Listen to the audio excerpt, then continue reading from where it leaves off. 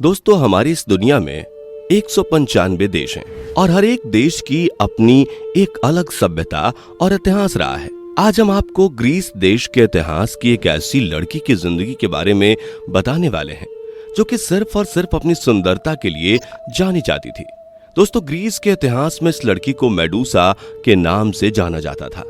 ऐसा बताया जाता है कि मेडूसा इतनी खूबसूरत थी कि उसकी एक झलक देखते ही हर कोई अपने होश गवा बैठता था। लेकिन शायद मेडूसा की किस्मत को कुछ और ही मंजूर था और फिर मेडूसा की जिंदगी में एक ऐसा भयानक हादसा हुआ था जिसकी वजह से एक खूबसूरत लड़की एक खौफनाक राक्षसी में बदल गई। मेडूसा की खूबसूरती ही उसकी जिंदगी का सबसे बड़ा कलंक बन गई। कहा जाता है कि मेडूसा जब एक खूबसूरत लड़की से एक राक्षसी में बदली थी तो उसकी आंखों में एक नजर देखने से ही कोई भी इंसान पत्थर की मूर्ति में बदल जाया करता था। और इसके साथ साथ मेडूसा के सिर पर बालों की जगह भयानक विषैले सांप रहते थे जो कि मेडूसा के करीब आने वाले किसी भी इंसान को डसकर अपने जहर से ही मार दिया करते थे। हालांकि मेडूसा को जान से मारने के लिए ग्रीस के कई महान योद्धाओं ने बहुत सी कोशिशें की, लेकिन मेडूसा को मारने में कभी कोई कामयाब नहीं हो पाया। यहां तक कि जो राजा मेडूसा को मारने के लिए उसके पास भी गए वो कभी दोबारा वापस लौट कर नहीं आए। उनमें से कुछ लोग पत्थर की मूर्ति में तब्दील हो गए और कुछ लोग बेमौत मारे गए। दोस्तों, अगर आप भी मेडूसा की रहस्यमयी जिंदगी के बारे में विस्तार से जानना चाहते हैं तो वीडियो के एंड तक हमारे साथ जरूर बने रहें। दोस्तों, मेडूसा ग्रीस के इतिहास की सबसे सुंदर लड़की थी और उसका जन्म समुद्री देवताओं पोराइसिस और केटो के यहाँ हुआ था। आपको बता दें कि मेडूसा के अलावा उसकी 2 बहनें भी थीं जिनके नाम यूरियले और स्थैनो थे। मेडूसा बचपन से ही मामूली लड़कियों की तरह रहा करती थी, लेकिन उसकी बाकी दोनों बहनें स्थैनो और यूरेल दिखने में बेहद डरावनी थीं। मेडूसा एथना नाम की एक यूनानी देवी की भक्त थी। एथना ग्रीस के देवता ज़्यूस की बेटी थी और ज़्यूस अपनी बेटी एथना से बहुत प्यार करते थे, इसलिए उन्होंने अपनी बेटी को बचपन से ही बहुत शक्तिशाली बनाया था। दोस्तों, ग्रीस की पौराणिक कथाओं के मुताबिक ऐसा बताया जाता है कि एथना बचपन से ही बहुत बहादुर थीं और वो युद्ध और शिल्प कलाओं में भी काफी माहिर थीं। अगर आप ग्रीस के इतिहास पर गौर फरमाएंगे तो आप देखेंगे कि ग्रीस की देवी एथना की मूर्ति आपको एक कवच और तलवार लेते हुए दिखाई देंगी और ग्रीस में देवी एथना के कई मंदिर भी बने हुए हैं। दोस्तों, मेडूसा बचपन से ही देवी एथना की बहादुरी भरी कहानियां सुना करती थी और फिर वो देवी एथना को ही अपना सब कुछ मानने लगी थी।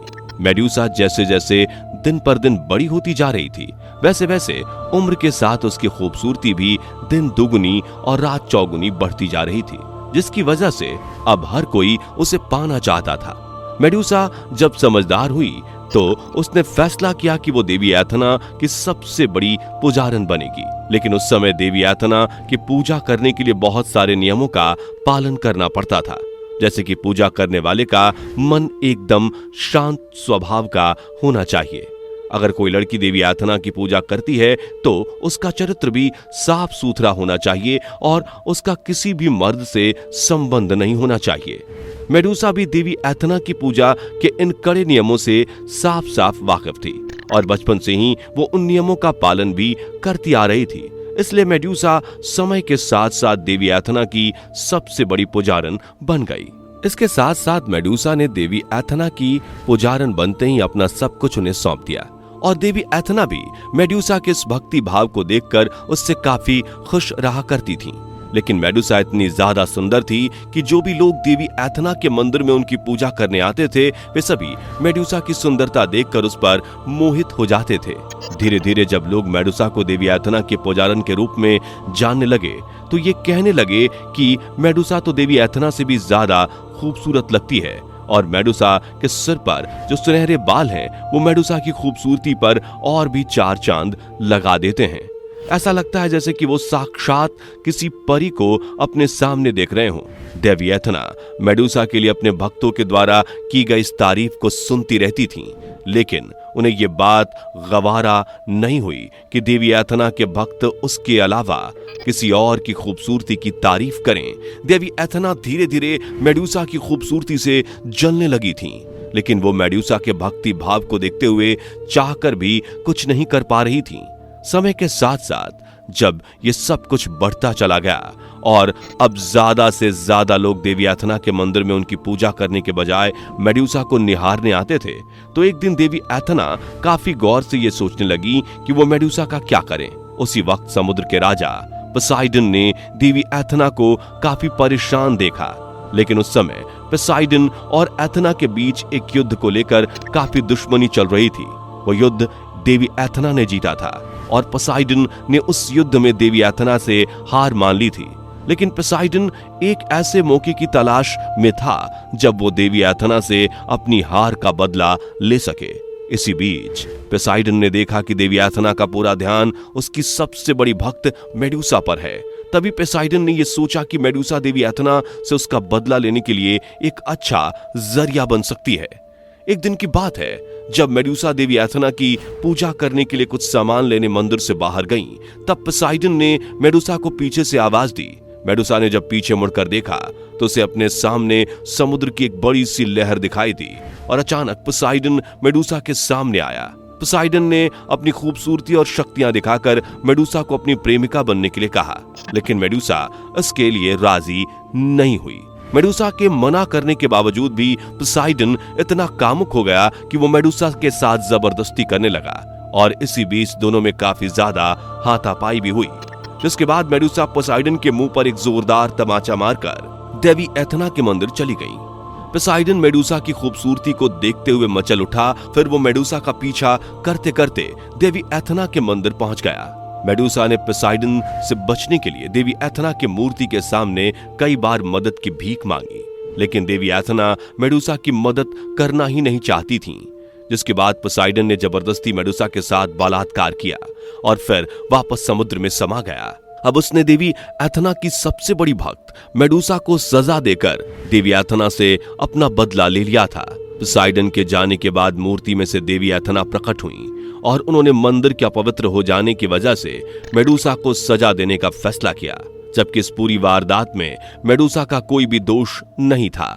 देवी एथना ने सजा के तौर पर मेडुसा को यह श्राप दिया कि वो अपनी आंखों से जब भी किसी इंसान को देखेगी तो वह इंसान एक पत्थर की मूर्ति में बदल जाएगा और इसके साथ साथ मेडुसा के खूबसूरत घने बाल लंबे जहरीले सांपों में बदल जाएंगे। जब मेडुसा श्राप की वजह से एक राक्षसी में बदल गई तो वह खुद का हाल देखते हुए मंदिर की सीढ़ियों पर ही जोर जोर से रोने लगी। इधर मेडुसा के दोस्त भी मेडुसा को ढूंढते ढूंढते देवी एथना के मंदिर तक पहुंच गए, लेकिन मेडुसा चाहकर भी अपने दोस्तों को नहीं देख सकती थी, क्योंकि अगर वो अपने दोस्तों को एक नजर भी देख लेती तो वो सभी पत्थर की मूर्ति में तब्दील हो जाते। फिर भी मेडुसा के एक दोस्त ने जब उसके कंधे पर हाथ रखा तो मेडुसा के सर पर मौजूद सांपों ने उसके दोस्त के हाथों पर डस लिया। इसके बाद जब मेडुसा अचानक से पीछे घूमी और जब उसने अपने दोस्त को एक नजर देखा तो देखते ही देखते मेडुसा का दोस्त पत्थर की मूर्ति में बदल गया। इसके कुछ समय बाद ये बात दूर दूर तक फैलने लगी। कुछ लोगों ने एक भयानक चेहरे वाली राक्षसी को देखा है जिसके सर पर बालों की जगह लंबे लंबे जहरीले सांप मौजूद हैं और उसके एक नजर देखने पर ही कोई भी इंसान पत्थर में बदल जाता है। कई लोगों ने मेडुसा को पकड़ने के लिए उसका शिकार करना भी चाहा और ये भी कहा गया था कि जो भी इंसान मेडुसा का शिकार करेगा उसे एक बहुत ही बड़ा इनाम दिया जाएगा। मेडुसा किसी भी इंसान को हरगिज तकलीफ नहीं देना चाहती थी, इसलिए उसने अपने बचाव के लिए एक सुनसान जगह पर रहने का फैसला किया। लेकिन इसके बावजूद भी लोगों ने मेडुसा का पीछा करना नहीं छोड़ा। कई बड़े बड़े राजाओं और योद्धाओं ने मेडुसा को पकड़ने के लिए जी जान लगा दी, लेकिन मेडुसा ने युद्ध में सबको हरा दिया और फिर वो वहां से भाग गई।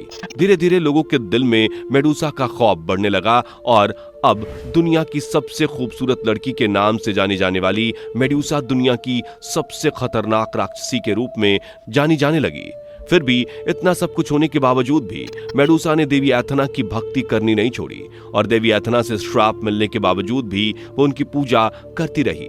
ये सब देखकर देवी एथना को भी अपनी गलतियों पर पछतावा होने लगा कि कैसे वो एक देवी होने के बावजूद भी एक मासूम सी लड़की की खूबसूरती से जल गईं।